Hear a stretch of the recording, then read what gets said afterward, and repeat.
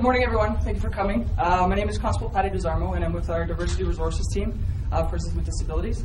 So this morning, the Calgary Police have teamed up with 6 community-based organizations, many of which are here today to launch the Emergency Alert Identification Card Pilot Program. This one-year pilot program seeks to provide a tool to persons with hidden disability that allows them to effectively and efficiently communicate important personal information when they are physically maybe not be able to do so.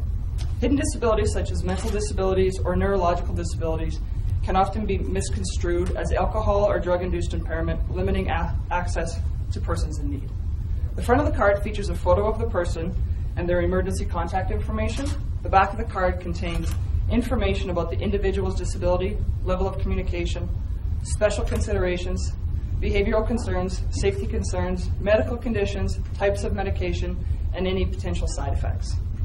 In a situation where a person with a hidden disability becomes lost or confused, these cards provide important information for anyone who may find themselves in how to reach their loved ones or the emergency contacts.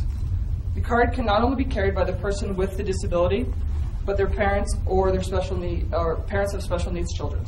If their parents are involved in an accident or are unable to communicate, this will alert the emergency responders as well of the individuals with the special needs, ensuring that they are looked after.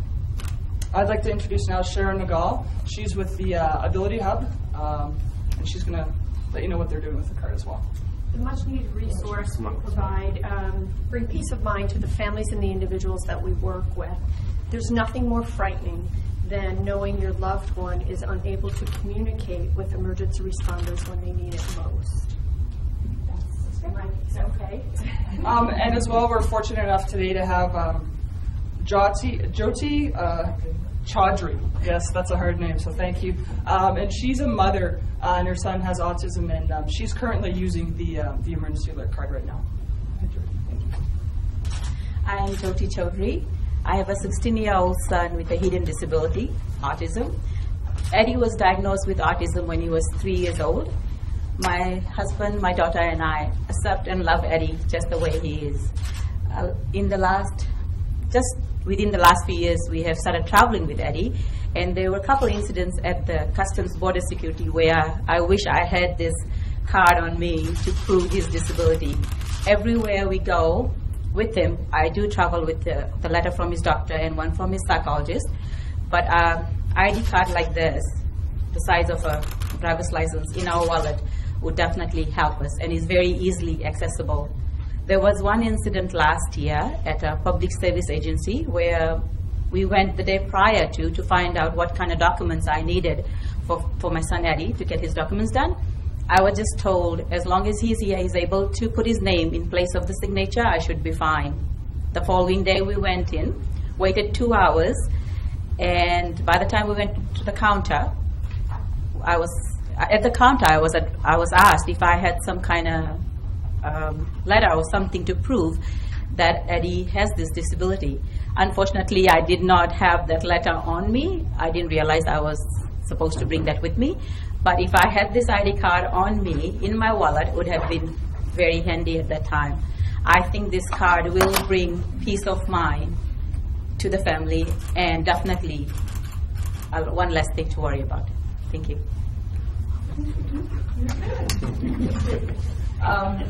So yeah, if anyone has any questions now, we'll open it up. Or we're done. How will emergency responders know to look for that card? They'll know to look for the card the same way they know to look for any piece of ID when they're dealing with an individual. The card is not a replacement of a government-issued ID for a driver's license or similar situations like that. But we are right now as well doing a campaign to notify all the frontline officers with the Calgary City Police, and we can look at expanding that into EMS or fire as well. Is this card recognized nationwide? From my knowledge, no, not at this point. It's not. This is a pilot program we've just started rolling out. So the cards have just been issued probably in the last month by the agencies involved. And so maybe hopefully it will get some international recognition. Right now it's just a pilot program for the city. How many people are carrying cards right now? Approximately about 100 individuals. with the 6 agencies involved. The pilot program we first swung out, we thought we'd keep it smaller than go too big and it not be what we wanted. So right now we're limiting it to 100 cards per agency that's involved with the city police right now. And as of right now, between the 6 agencies that are issuing the card, there's approximately 100. How will the police officers know that the card is a thing? The face of the card, if you guys want to close up later on, actually has the Calgary City Police logo on the top left-hand corner.